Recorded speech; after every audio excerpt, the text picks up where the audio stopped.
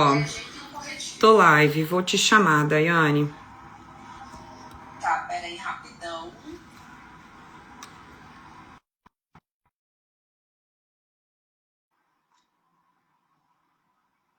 Tá, pronto. Então, deixa eu desligar aqui. Olá, gente, tô aqui esperando a doutora Daiane entrar na live para que a gente possa começar a debater os nossos assuntos. Desculpa, perdão.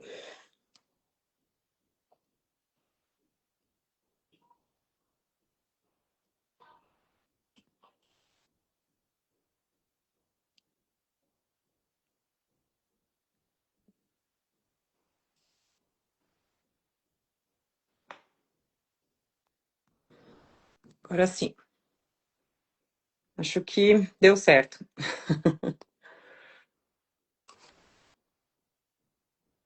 Cadê você, Dai?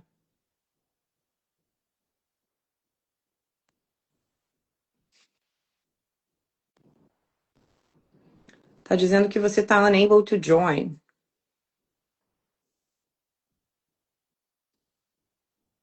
Vamos lá.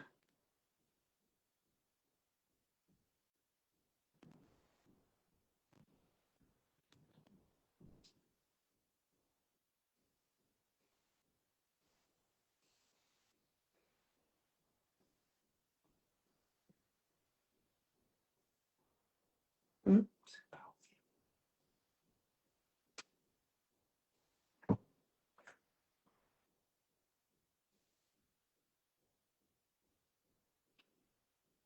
Só um minutinho, pessoal, que tô esperando a nossa co-host entrar.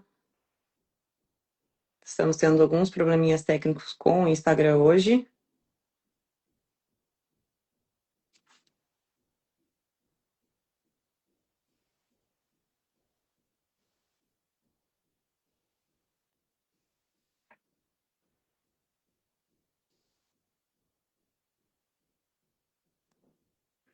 Daiane, está dizendo que você está unable to join e eu já aceitei sua solicitação 2 vezes.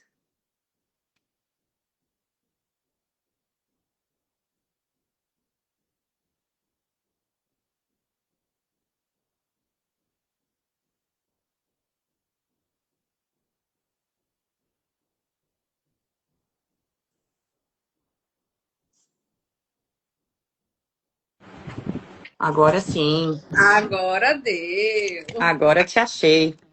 Não, o convite aparecia só na notificação, não deixava eu clicar. Aí eu mandava o pedido e não dava certo. Não, eu aqui estava tentando aceitar e eu aceitava, mandava convite e não saía do lugar, dizia que você não podia entrar. Eu falei, ué, que coisa estranha. Eu acho que hoje a tecnologia não está muito a nosso favor. É, parece. Mas a gente resolveu, então agora vamos dar seguimento. Com certeza. Boa noite, todo mundo. Obrigada pela presença, quem está aqui com a gente. Boa noite. Acho que vamos começar se apresentando um pouquinho, né? Meu nome é Natália, sou presidente da Comissão de Direito Internacional e Imigratório da ABA. Sou proprietária de uma empresa de consultoria de imigração aqui nos Estados Unidos, a ImigraEasy, e a gente presta serviço para quem tem interesse em fazer essa transição, né, essa mudança de país, como foi o meu caso. E agora eu quero apresentar um pouquinho da doutora Daiane também, vou deixar ela falar um pouquinho sobre ela, que é especialista em revalidação de diplomas aí, basicamente no mundo todo, né, doutora? Conta um pouquinho do seu trabalho pra gente. Boa noite, gente. Bem, eu sou a doutora Daiane. Eu sou proprietária do escritório Daiane Silva Advocacia e Consultoria e especialista em revalidação de diplomas há um pouquinho mais de 10 anos. Já tenho uma estrada aí, já um caminho longo, né, na área. E hoje faço o processo no Brasil, na Europa, né, agora com novidades chegando aí. Na Europa hoje é em Portugal, Espanha, Itália e França o processo. E também, né, trabalho com a imigração. E é isso, procurando sempre expandir os horizontes de quem vai imigrar, né? Para que possa usar toda a dedicação que teve aqui no Brasil, até em outros países, que temos clientes também de outros países validando, né? E que eles possam expandir os horizontes e migrar e pegar todo aquele esforço para cursar, né, uma graduação e poder utilizar no novo país. Perfeito, é isso mesmo. A gente precisa, né, aqui principalmente nos Estados Unidos, a gente está com uma carência, assim, de profissionais de saúde, tanto que alguns estados agora estão abrindo um pouco mais as portas para os estrangeiros, justamente na intenção de trazer esses profissionais qualificados para os Estados Unidos, né? Então, acho que o objetivo é justamente abrir as portas, os horizontes, para que as pessoas tenham conhecimento dessas possibilidades para vir para os Estados Unidos, né? Sabendo que podem utilizar os diplomas brasileiros para poder ir para o exterior e trabalhar no exterior. Sim, até porque eu vou te falar com experiência, porque já apareceram ao longo desses anos muitos profissionais perguntando sobre os Estados Unidos, né, e tudo, e a maioria chegou até o escritório já com o mito de que é uma coisa extremamente difícil e que chega a ser impossível.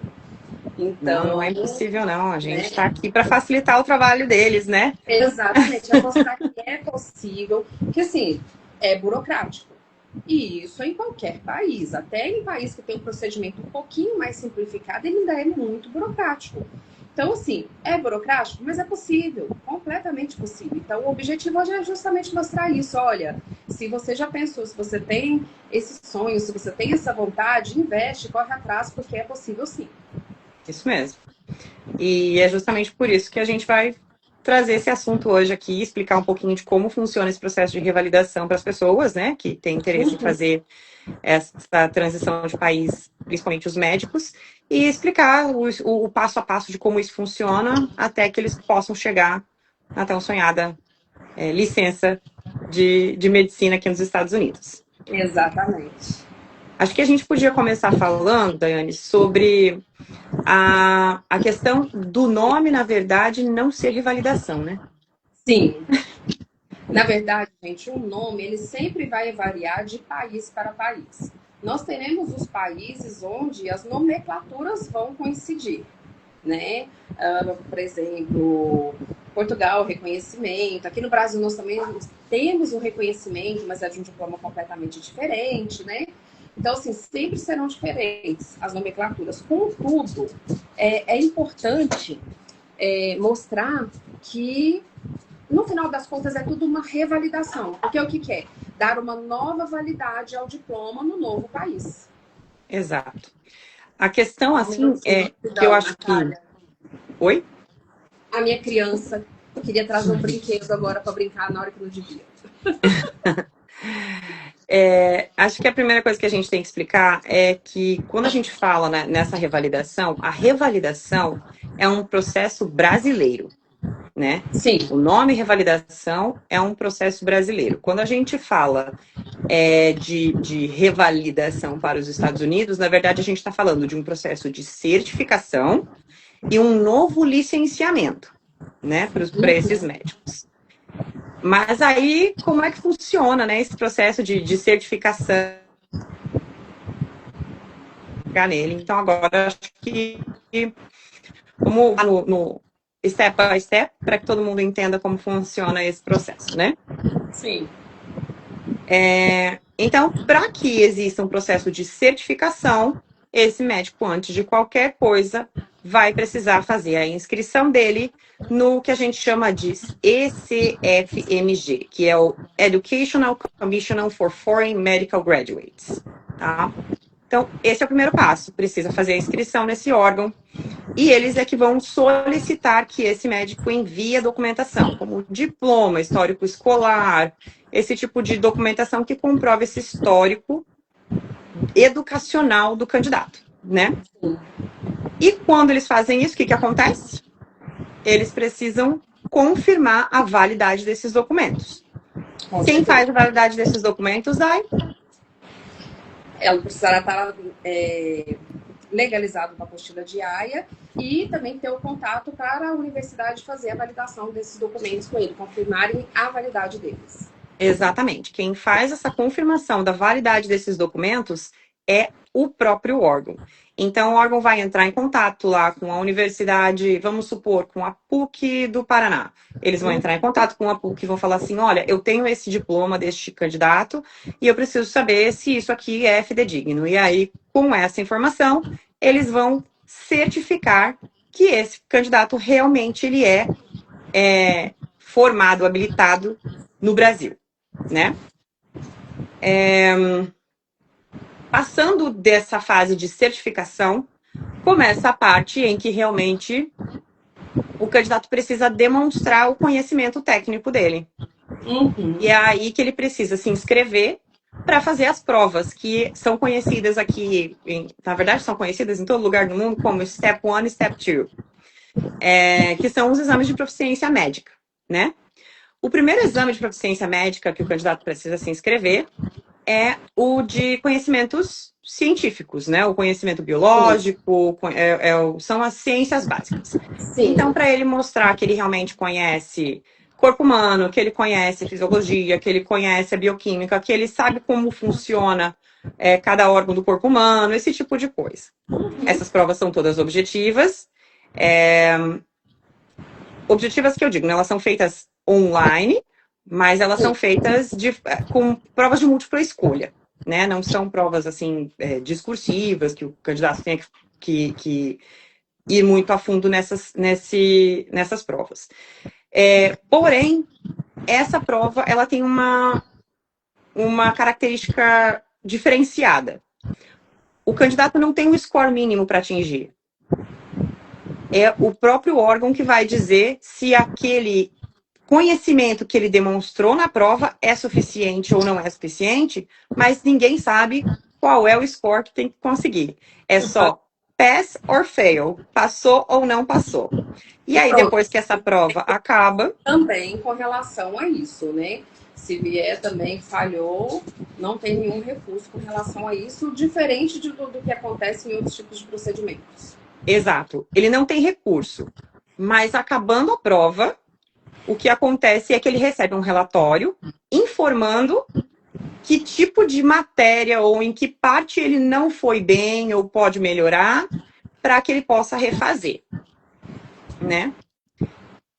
Outra coisa importante que a gente tem que falar é sobre a quantidade, do número de vezes que as pessoas podem prestar essas provas, né?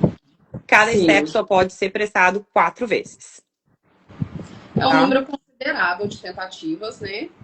Porque nós temos países que você tenta uma vez a revalidação e acabou. Se você não passou, você não tem mais nenhuma tentativa naquele país. Então, como se diz, é burocrático, né? É um pouco difícil, porém, eles dão muita colher de chá nesse ponto, por permitir vezes, né? É um processo que é mais, assim, é mais aceito, né? É mais fácil de fazer, que se você não passar, você pode tentar de novo. Então, e eu entendo maior facilidade. E realmente é justo que ele visa realmente ver a possibilidade de levar o médico para o país, para poder trabalhar ali, né, e tudo mais. Tanto que ele vai te dando a chance de você tentar e tudo. Se ele não tivesse, se fosse um processo de revalidação que não tivesse a intenção de aprovar, igual acontece muito aqui no Brasil, para diplomas de medicina, que vem do exterior, eles não dariam tantas tentativas. E, bom, enfim, existem também os cursinhos preparatórios, os aplicativos que ajudam a pessoa a se preparar para esse tipo de curso, né, de prova.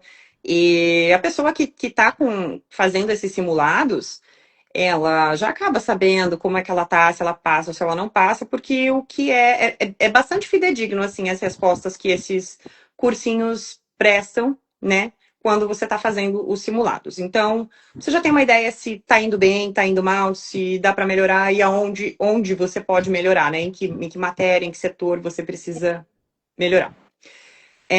Ok, você passou na primeira fase, passou no Step 1, passamos para o Step 2. O que é o Step 2? O Step 2, ele é um Clinical Knowledge. Então, também vão ser questões de múltipla escolha. mas elas vão ser voltadas para o mundo clínico, né? Vão te dar exames mais práticos, perguntando se eu tenho um paciente que aparece com essa situação, qual é a melhor saída, qual é a melhor solução, qual é o melhor caminho a ser tomado, que tipo de diagnóstico. Então, ele é mais para conhecimento clínico. Nessa prova, especificamente, existe um score mínimo a ser atingido, que é de 218 pontos, tá? Isso já é atualizado de julho de 2025, então esse score é o score realmente que está em vigência hoje. E é importante falar também que nesse step especificamente, quanto mais pontos você fizer, melhor para o próximo passo, que é o pedido de residência, né? Então, o objetivo, claro, é destaque, né? Se destacar, se sobressair nessas provas. E alguns estados pedem um Step 3, que seria também é de Clinical Knowledge, mas ele é um pouco mais avançado, mas não são todos os estados que exigem isso. Então, esse Step 3, na verdade, a gente teria que fazer a avaliação primeiro para saber qual é o objetivo do candidato, para que estado ele quer, em que estado ele quer atuar, que tipo de área ele quer atuar, né? Qual a especialidade que ele vai fazer na residência. E aí a gente define os caminhos mais adequados para que esse candidato possa conseguir essa revalidação. Acho legal a gente fazer um gancho aqui, Natália, que é o seguinte, para o pessoal entender que diferente do que às vezes a pessoa pesquisa sobre a revalidação na internet, é muito comum também, por exemplo, o médico ter mais de um país em vista, né? E nos Estados Unidos, diferente do que acontece em muitos outros países, tem uma regra para essas provas, né? Mas a gente vê que não é uma regra exatamente nacional. Tanto que cada estado pode complementar e também cada estado faz a sua norma específica. Eles têm uma autonomia. Não é, por exemplo, como aqui no Brasil, que os estados são quase que completamente, só para poder ficar entendido, são completamente subordinados à lei federal, né, ao federal. Então, por isso que a doutora Natália fala, né? Para ver para onde quer ir, para ver se realmente vai ser necessário, né, a nova prova ou não, e quais serão as regras a partir de agora. Porque elas não Isso, todos os isso estados. realmente é bem importante, né? Porque no Brasil a gente tem o CRM. Então, se você é inscrito no CRM, em tese você pode clinicar em qualquer lugar do país. Sim, e se Aqui quiser nos Estados Unidos, área e pronto, já está tudo pronto. aqui nos Estados Unidos não funciona dessa maneira, né? Aqui, se você quer clinicar na Flórida, você precisa ter a licença do estado da Flórida. Se você quer atuar na Califórnia, você precisa ter a licença do estado da Califórnia. E assim por diante. Então, por isso é muito importante saber qual que é o objetivo do candidato, né? Ah, eu não gosto de frio, então eu não vou trabalhar no estado do Michigan, por exemplo. São coisas que precisam ser bem analisadas antes de começar todo o processo, né? Até porque a gente vai falar sobre isso agora adiante na questão do processo de residência. E quando você faz a aplicação para residência, você tem que fazer de uma forma estratégica, né? Para que você não perca tempo, não perca dinheiro. Enfim, são muitos assuntos que vão, muitas coisinhas pequenas que a gente precisa prestar atenção. Sim, e que vão para variar fazer para médico. Então, não é aquela coisa, eu conversei com meu coleguinha, conversei com meu colega, estou ali no plantão conversando sobre isso, e aí o que ele viu que vai se aplicar para ele não significa que vai se aplicar para mim. Tem que ser analisado individualmente, caso a caso. Bom, enfim, passamos nos 2 steps, não temos o terceiro step. O que fazemos depois disso? Depois disso, a gente precisa fazer uma aplicação online também, tá? Por meio do que a gente chama de ERAS, que é o Electronic Residency Application Service, que é justamente a aplicação para residência. Esse step é muito importante, porque você precisa montar um dossiê e enviar um dossiê bastante fundamentado, porque é ele que vai fazer diferença na hora de você ser escolhido ou não ser escolhido para a residência que você está postulando, né? Ou seja, se você tiver experiência no Brasil, isso também vai fazer diferença. E aí é que tá, né? Porque se você tem uma boa nota no seu Step 2, se você tem publicações que foram feitas, se você tem algum outro, como chama? Algum estágio que você fez nos Estados Unidos, algo diferenciado que você possa mostrar para você ser escolhido na residência que você está postulando, é a hora que você tem de montar um dossiê bem estruturado para poder fazer a sua aplicação. E aí você faz a aplicação, tem que saber as datas certinhas, fazer o pagamento das taxas bonitinho, né? Apresentar toda essa documentação. Com tudo isso acontecido, vem o que a gente chama do Match Day. O que é o Match Day? É um sistema que usa tecnologia, né? Que usa. Como chama isso agora, gente? Inteligência artificial, né? Eles usam inteligência artificial, essas coisas, para poder fazer justamente o match do candidato com a especialidade que ele quer, no local que ele quer e que atenda os requisitos, os critérios que eles estão procurando. E aí, se der o match, você é oficialmente convidado para participar desse processo de residência naquele determinado hospital, naquela determinada clínica que você se inscreveu. Mas eu não fui escolhido para nenhum. E agora? Aí você pode fazer a aplicação para o que eles chamam de SOAP, que são para as vagas remanescentes. Sim. Sobrou vaga para tal hospital, com tal especialidade, e aí você pode simplesmente aplicar para essa vaga e se der certo, aí você é chamado para isso, né? O que mais eu ia falar sobre essa questão do match?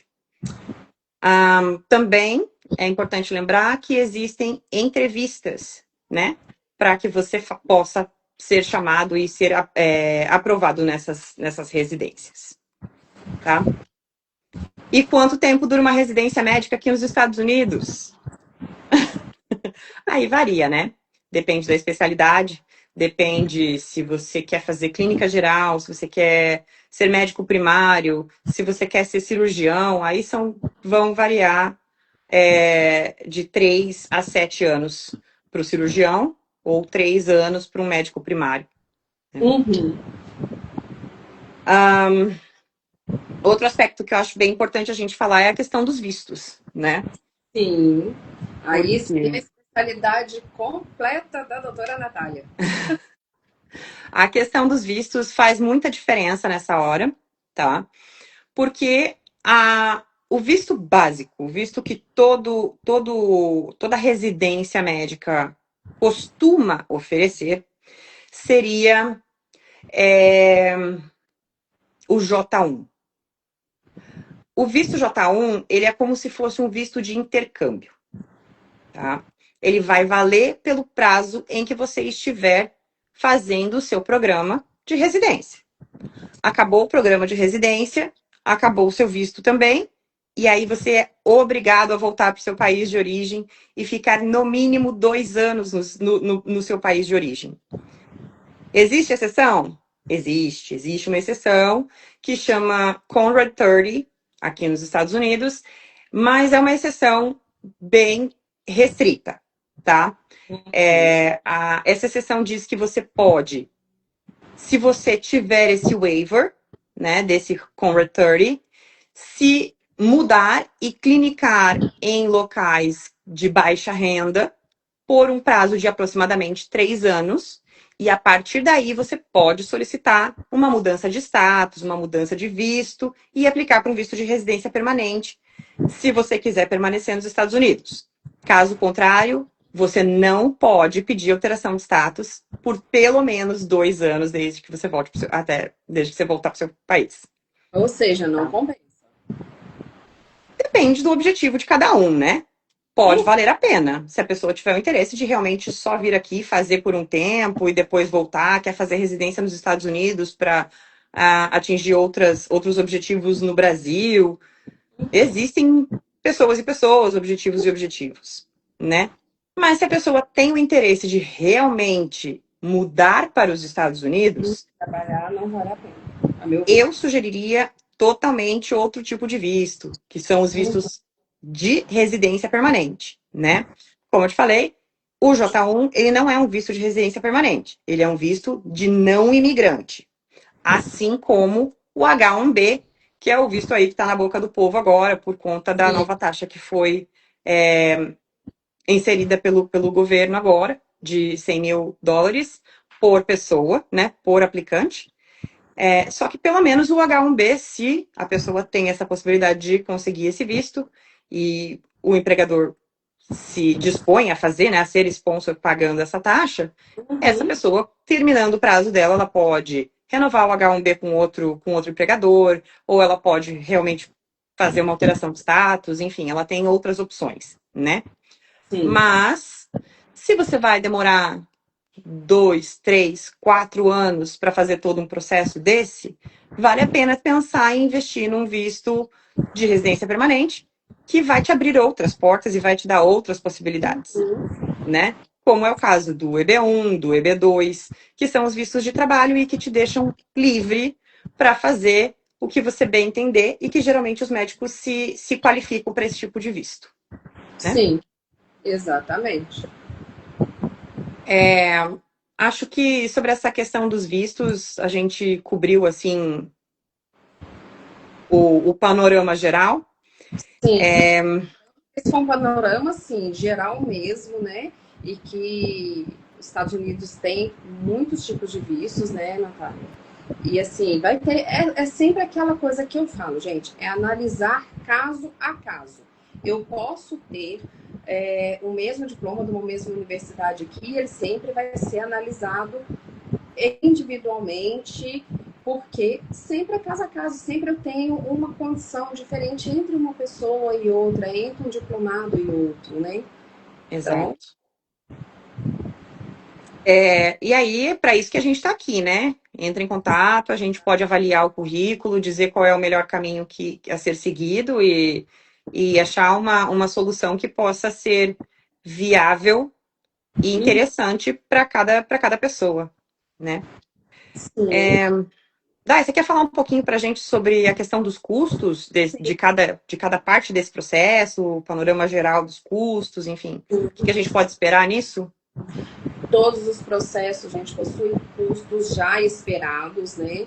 E que é o que nós vamos trazer aqui, que são os custos típicos, mas cada solicitante sempre tem que estar preparado para o que seriam os custos atípicos, né? Porque nós temos todo um percurso traçado para os processos, contudo, pode acontecer desse percurso ter alguma oscilação, né? Lembrando que estamos tratando de legislações diferentes, né? Existe a questão política, igual veio agora a questão desse visto que a doutora Natália citou, né? Que multiplicaram o valor, subiram. Então, sempre o solicitante deve estar preparado para isso. Mas, tipicamente, os custos vão ser para os exames, certo? As taxas de legalizações, as taxas de candidaturas, de entrevistas, as traduções juramentadas, as credenciais, quando forem aplicáveis. Então, cada etapa dessa terá um custo específico, né? E aí vai entrar naquela que a gente falou, naquela questão que a gente falou agora há pouco. Vamos analisar caso a caso, porque quando se ocorrer a questão, né, de variar, de um estado ter um exame a mais que o outro, pode vir um custo a mais que o outro. Mas os típicos são basicamente relativos a esses. A quantidade de documentos a serem traduzidos também varia, então, O né? local onde vai ser feita a tradução também, porque nós sabemos que são regras diferentes para a tradução juramentada. Por exemplo, tem estados que cobram por caracteres, tem estados que cobram por folhas, né? Então, isso vai impactar também no seu curso, e é basicamente isso. E aí nós já podemos passar para os prazos, né? Vamos lá. Em primeiro lugar, gente, prazos. Para qualquer processo de revalidação, a regra é a mesma que para um processo de imigração. Quando você decide imigrar para outro país, você faz um planejamento. Você se planeja, eu preciso comprar passagem, eu vou ver onde eu vou morar, o que eu farei naquele lugar, certo? Você faz todo um planejamento de vida naquele novo lugar. Para o processo de revalidação, é a mesma coisa. Você tem que fazer um planejamento, já pensando, inclusive, nos prazos. Você pode fazer um planejamento mais ou menos de 18 a 36 meses para o exame, doutora, fala o nome aí. Os exames de skills, né? Os exames práticos, os exames teóricos mesmo. Achei que você ia falar o nome de cada um deles tudo de novo. O Step 1 e o Step 2. E ainda se programar para o tempo de residência, que vai variar de acordo com a especialidade que você escolher, que é entre 3 a 7 anos para poder cursar essas residências de acordo com a área escolhida. Então, dependendo aqui, assim, de início, você considerando até um prazo mínimo de residência, já se planeje pelo menos para uns 6 anos de processo, né? Porque como as provas podem ir até 36 meses, então se planeje dessa forma, porque se você conseguir fazer em um tempo menor, né, na questão das provas e tudo, para você é lucro. Senão você já está preparado, não vai se frustrar, não vai deixar o processo no meio do caminho, ou não vai ter, às vezes, prejuízos, porque não se programou para esses prazos. Verdade. O que eu ia falar também era sobre a questão dos processos imigratórios, que geralmente eles levam cerca de 2 anos para serem julgados, né? Se você está pensando num processo imigratório que te permita ficar livre, esse é um processo que geralmente dura 2 anos, por aí. Então, se você vai estudar, preparar toda essa documentação, passar por todo esse processo de certificação, de revalidação, o prazo é compatível. Então, às vezes, vale a pena fazer as duas coisas ao mesmo tempo para que você fique livre, e isso aumenta também a sua possibilidade de achar vagas em qualquer lugar do país. Porque aí você não fica restrito, né, a um determinado estado, alguma coisa, algum determinado local, porque você pode se movimentar para onde você quiser. Então, eu quero começar na Flórida, mas eu quero depois ir para Carolina do Sul. Perfeito. É possível, porque você tem liberdade com isso, que você já tem o seu green card, né? Outra coisa que é importante falar é com relação aos custos também, que a doutora estava falando, eu acho que é legal a gente lembrar que fazer um pedido estratégico de residência, ele é muito efetivo, porque ele vai te reduzir custo, porque cada pedido, cada fórmula, cada formulário de preenchimento de residência que você preenche, você vai pagar uma taxa separada. Então, se eu quero aplicar para 15 residências, eu vou gastar muito mais dinheiro do que a pessoa que está gastando, aplicando para 2 ou 3 residências apenas focadas naquilo que ele quer, né? Vai gastar menos tempo, vai gastar menos dinheiro e vai fazer aplicações mais efetivas, porque elas não vão parecer que a pessoa está desesperada por qualquer residência que aparecer, né? Então, acho que são detalhes importantes, assim, para a gente trazer, né? Alguns detalhezinhos bem específicos. Acho que algumas perguntas que as pessoas sempre fazem, primeira é a questão da proficiência do inglês, né? Sim. Se precisa ter inglês ou não precisa ter inglês para fazer essas provas? O que você acha, doutora? Com certeza precisa, e em nível avançado. Por quê? Lembre-se sempre, você vai fazer uma prova de nível técnico. Então, você precisa de um inglês, sim, em nível avançado.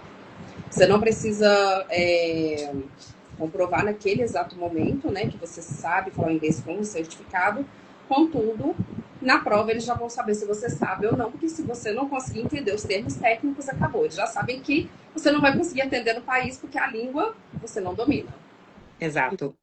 Para fazer o processo de certificação, o TOEFL, o IELTS, nada disso é exigido, né? Esses processos não são exigidos nesse momento. Porém, cada estado vai ter um requerimento diferenciado na hora de fazer a aplicação para o licenciamento ou para residência. Então, o ideal é já ter isso preparado, né? Já ter em mente para fazer, pelo menos, essas provas. Lembrando que elas têm prazo de validade, então também não adianta fazer com muita antecedência, porque aí você perde a prova, perde todo o seu histórico. Mas ter em mente fazer essas provas em algum momento do processo, né? Enquanto a coisa está caminhando. Quais seriam os scores, né, para esse tipo de prova? Para o Occupational English Test, eles diriam que você precisaria de pelo menos uma nota B nesse teste. Se você for fazer o TOEFL, pelo menos 90, né? Mais do que 90. Algumas instituições exigem mais do que 100. E para o IELTS, pelo menos uma banda global de 7.0, tá?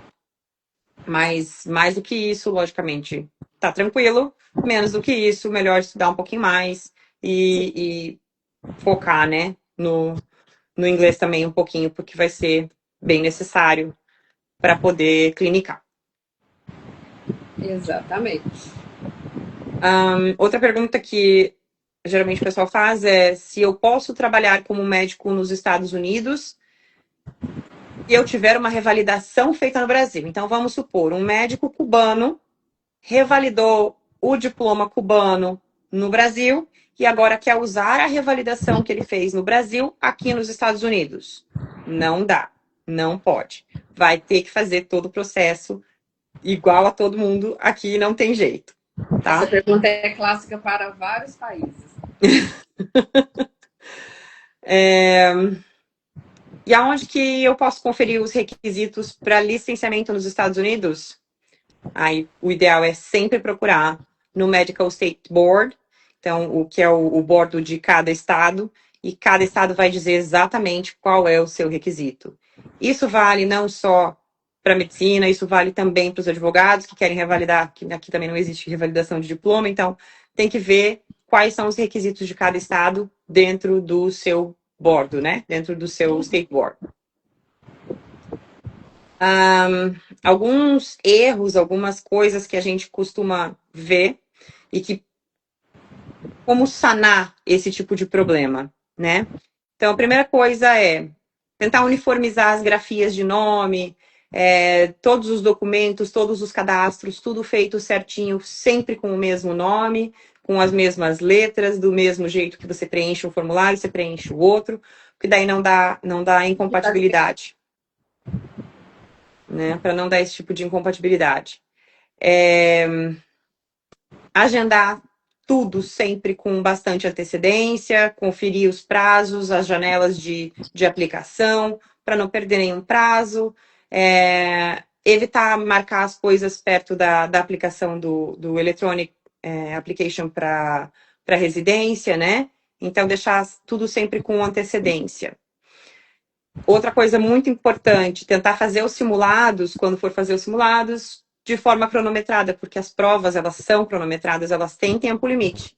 Então, se você está se dedicando para fazer as provas do Step 1 e do Step 2, tentar fazer esses simulados de forma cronometrada, para fazer com que fique mais real da vida possível, né?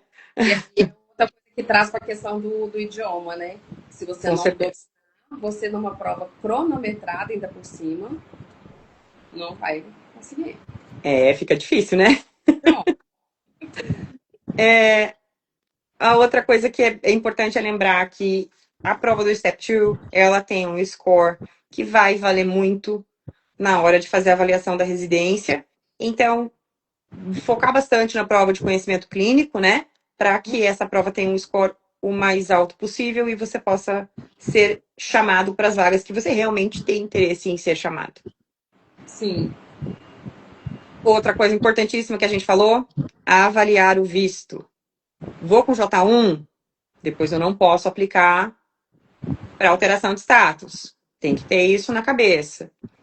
Vou com H1B, ok. Eu tenho que estar ciente de que existe também uma loteria. Eu só posso ser chamado se o H1B estiver na loteria, for sorteado e eu puder entrar. Então, tem essas coisas que a gente tem que pensar bem antes de já entrar, né? E se você já vem com um visto previamente estabelecido, com o Green Card, como a gente falou, você vai abrir muitas portas, você vai ter muito mais possibilidade.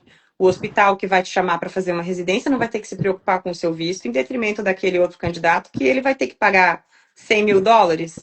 Então, quem que o hospital vai preferir chamar, né? E aquilo que a gente falou sobre as aplicações para residência, que tem que ser feita com estratégia, para não gastar tempo, não gastar dinheiro à toa e para fazer valer mesmo essas aplicações, né? Sim. No mais é aquela questão, caso a caso, gente. Pegar o diploma de vocês, analisar a situação, analisar os objetivos, analisar o que você já verificou, né, as pretensões estaduais e tudo mais, para poder analisar. E eu acho assim que tem algumas coisas que a gente tem que lembrar, né? Porque o médico vai pensar, puxa, mas eu tenho que fazer 2 provas e mais a residência, e eu vou gastar dinheiro, e é muito tempo, é muito dinheiro, é muito cansativo. Mas, gente, vale a pena. Aqui nos Estados Unidos a gente está com carência de médicos. O estado da Flórida abriu algumas exceções para os médicos que já têm oferta de emprego e que têm especialização feita aqui nos Estados Unidos. Esses médicos especificamente, por exemplo, eles já podem ser liberados até mesmo da residência deles. Eles não precisam nem fazer residência mais aqui, com a nova legislação que foi aprovada pelo governador da Flórida. Porque realmente a gente está com carência de médicos aqui. E os médicos são muito bem remunerados aqui nos Estados Unidos, né? Então, às vezes vale a pena você pensar na qualidade de vida que você vai proporcionar para sua família, em você ser bem remunerado pelo trabalho que você executa. Uma coisa que eu acho também importante nisso, né? Porque geralmente nós pensamos somente, eu vou ter, por exemplo, eu estou mudando para um país onde eu vou ter mais segurança, vou ter mais qualidade de vida, vou ter uma melhor infraestrutura e tal. A questão também da própria carga horária de trabalho do médico, né? Que não é tipo uma carga horária que nós vemos aqui no Brasil, que o médico praticamente se mata, vive trabalhando. Vive para trabalhar e não trabalha para viver. Né? É verdade. Aqui, assim. Que eu acho que é crucial de ser considerada. Eu acho também que outra questão. Né, o respeito aos médicos. Aí, realmente, aquele respeito que nós conhecemos. Né? Na nossa infância, o médico ainda era aquela figura muito respeitada, né? E coisa que aqui no Brasil, infelizmente, estamos vendo se perder. Hoje, o respeito aos médicos está se perdendo cada vez mais. Não só aos médicos, né? Aos advogados também, falo. Perdeu. Mas era exatamente esse ponto que eu ia falar, que a gente às vezes tem que lembrar disso também, né? Porque aqui realmente o médico é muito prestigiado. Muito prestigiado. E não é incomum aqui você ser atendido por um não médico. Você é atendido geralmente pelos enfermeiros, né? Que são os nurse practitioners, os registered nurse, ao invés de você ser atendido por um médico. Então, quando você é atendido por um médico, isso tem um peso tão grande. Faz uma diferença. Sabe? Que você fala assim, poxa, hoje eu falei com o meu médico, agora é legal, hoje foi legal. Sim, e vamos ser sinceros, também é uma reclamação da forma como os médicos locais costumam atender, né? E para quem está imigrando, para um imigrante brasileiro, ainda vai fazer toda a diferença ter acesso a um médico brasileiro. Isso é uma coisa que eu percebo muito aqui na Flórida, sabe? A gente tem uma comunidade brasileira muito grande. Sim. E muita gente não fala inglês, e mesmo quem fala inglês não se sente seguro, às vezes, de ir ao médico e falar com um médico americano. Porque são termos que você não está acostumado, são palavras que você não está acostumado, são órgãos seus que você não está acostumado. Então, como que eu vou falar que eu tenho uma pedra na vesícula? Sabe? E aí a pessoa fica retraída porque ela não quer ir ao médico americano, ela está procurando um médico que fale a língua materna dela. Então, eu acho que realmente isso tudo faz com que os escritórios, os médicos brasileiros aqui em Orlando, eles não têm horário na agenda mais. Não tem mais horário na agenda, porque é realmente muito brasileiro que está procurando médico que fale a língua deles.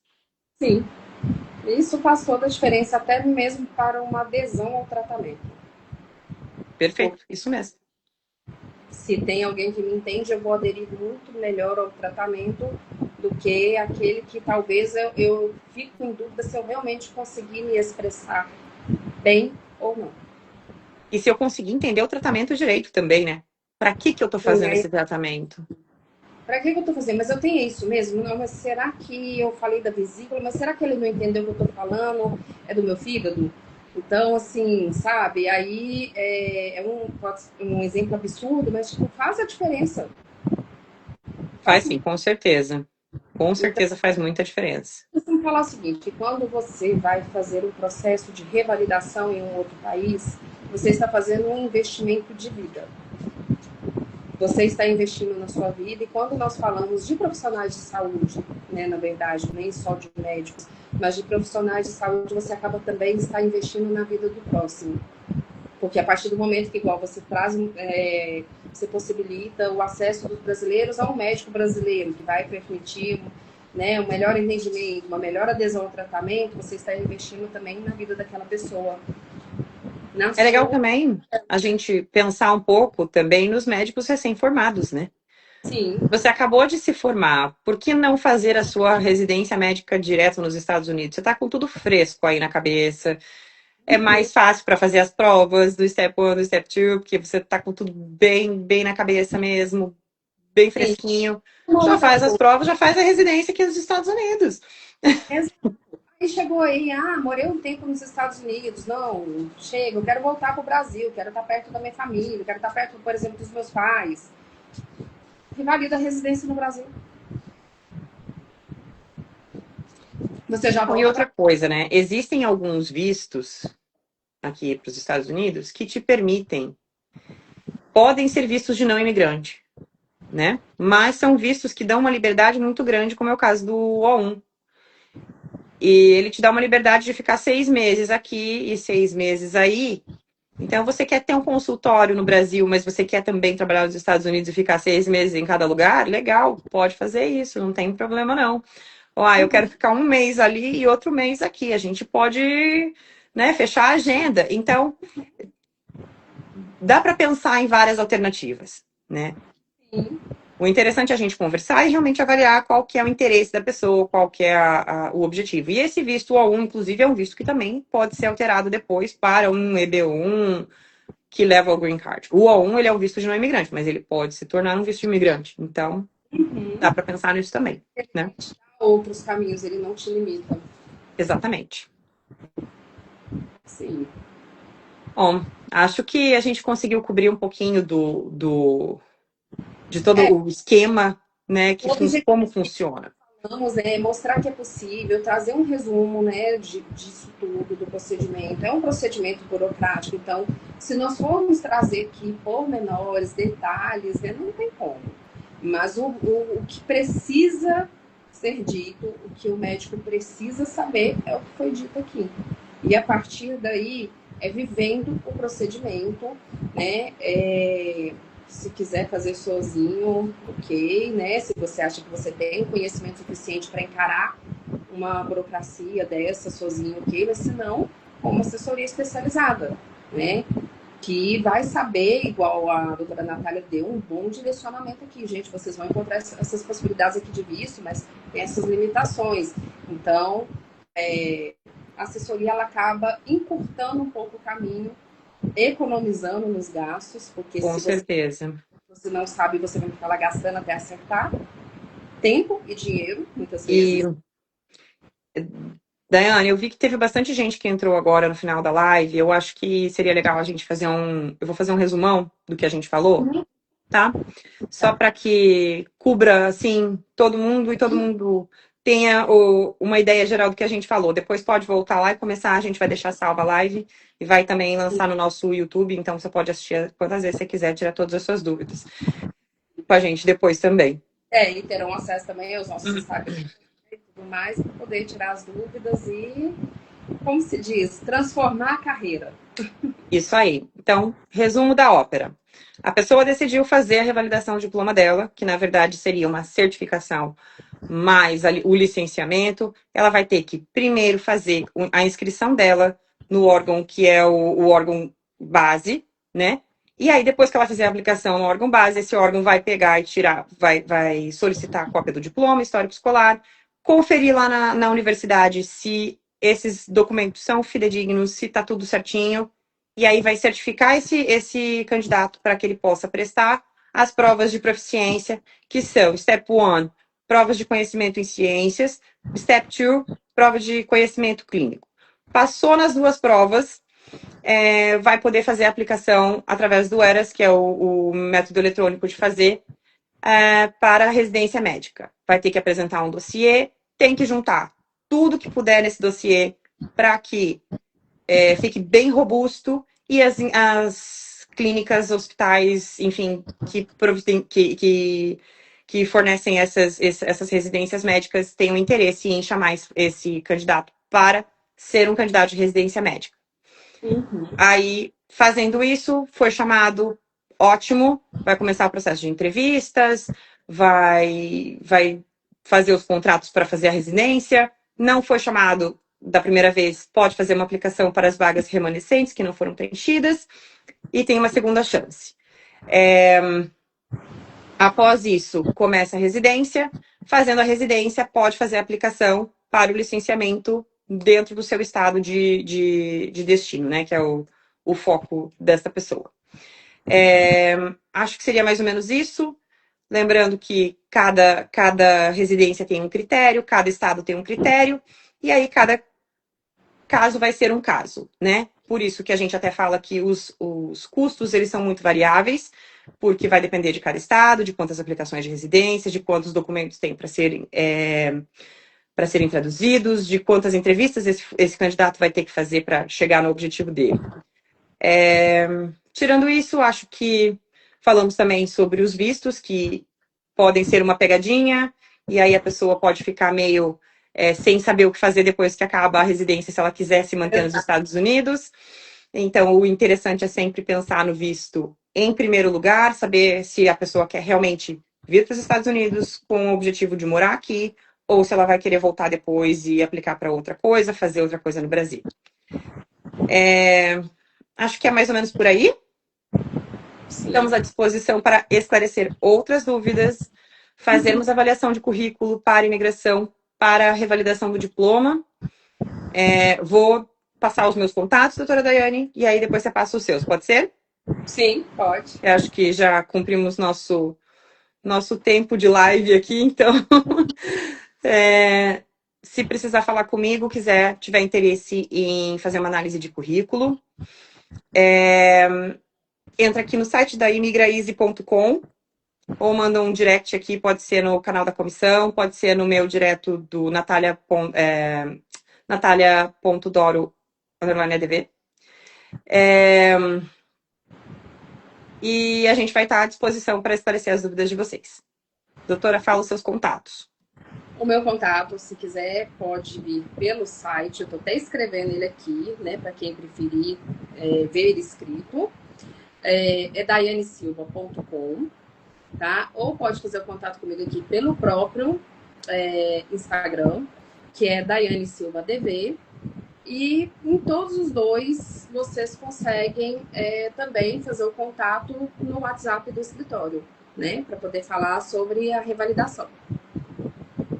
Excelente. Acho que é isso, gente.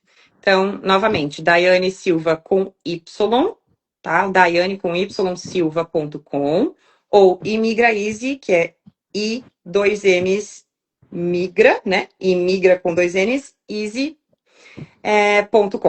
E aí lá tem todos os nossos canais de contato, pode mandar e-mail, pedido de contato direto, ou pelos directs do Instagram mesmo. A gente está à disposição. E muito obrigada por terem assistido nossa live. Gente, muito obrigada. Uma boa noite para todos. Boa noite. Tchau, tchau. Tchau, tchau.